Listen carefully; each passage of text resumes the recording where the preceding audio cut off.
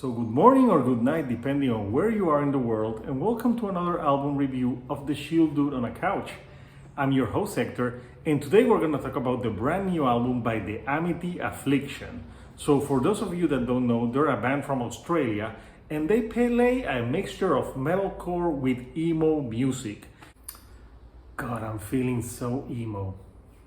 And yes, that's what it sounds like. Sometimes they sound very mad and sometimes they sound very emo.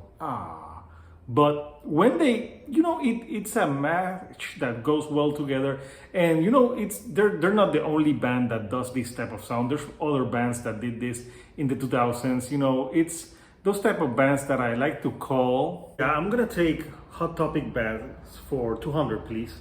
So yeah, they're a Hot Topic band, if you will. But yeah, the album is 10 tracks, 38 minutes in length, so it goes by fairly quickly. So I enjoyed some of the songs here, and there's some things that it's not that I didn't enjoy, but I thought that maybe sounded like something that I already heard before 1,000 fucking times. But yeah, let's talk about some tracks, shall we? So the album begins with two very strong tracks. One is called Show Me Your God, and then it's The Hell Down Here. And Show Me Your God leans more in the metalcore side of things. It's more harder, it's more abrasive, and it's all about saying like, there is no God, where is the God? Show me your God. And it sounds very bleak. And then it goes into the second track, which was a single, which is It's Hell Down Here.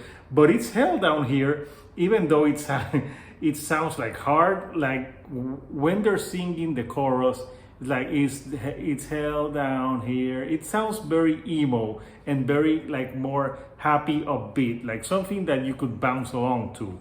So yeah, that's a track that has that more emo side of things. Then you have a great track that wasn't a single called Fade Away, and I really like the chorus on that one. I like how they sing the part where it fade away, and the guitars are very crisp and crunchy on this number, so I quite enjoyed that.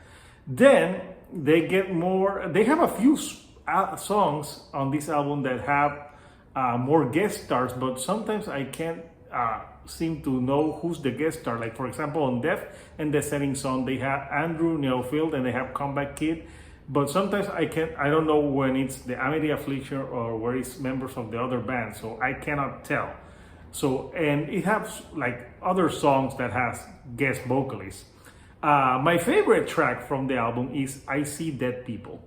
And I See Dead People is a harder track, and it's all about, in the lyrics, he's saying about like, I see my dead friends, they're everywhere, and I can feel their suffering, I can feel their pain.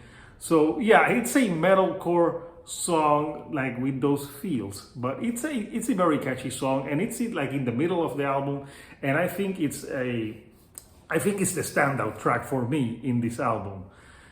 Then you have other tracks that I was like, okay, they're okay. I think the album closer, for example, Not Without My Ghost, is a very decent album closer, and they have a guest vocalist there called Femme.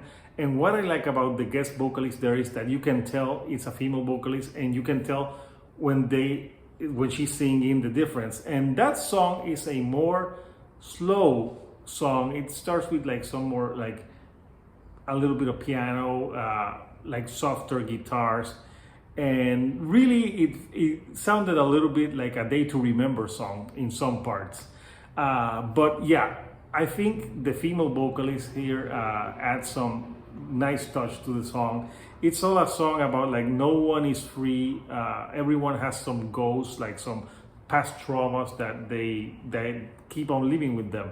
And I think it's a very good album closer, and I like it that it's not super abrasive, but it's not super slow as well. It's got a very catchy chorus that you can sing along to.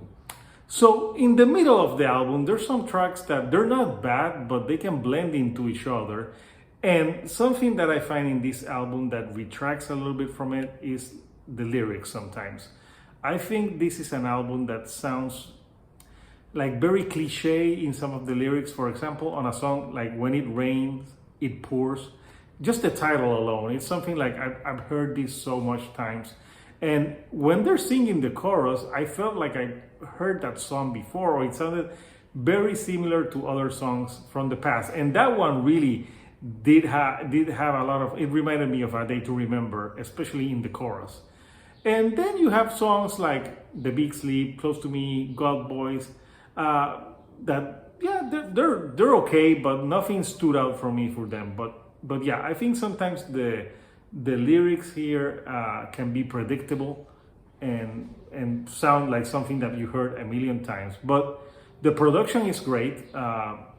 You know, I couldn't say that there's any song in this album that is really, really bad. But there's also, besides a few tracks, there's also anything that I would say, like, I haven't heard this before in some other form. But, you know, the band plays it well. And, you know, maybe it's playing it safe. They're doing what they've been doing for a long time now. But it's an enjoyable record. So that's my thoughts on the Amity Affliction, Not Without My Ghost. So what did you think about this album? What are your favorite tracks? Comment. I would really want to know. And if you like the videos that I'm putting out, do not forget to give me a like and do not forget to subscribe. I have more content on the way. So until next time, people, this is Hector, the Shield Dude on a Couch, and I'll see you right here on the couch. Thank you and good night.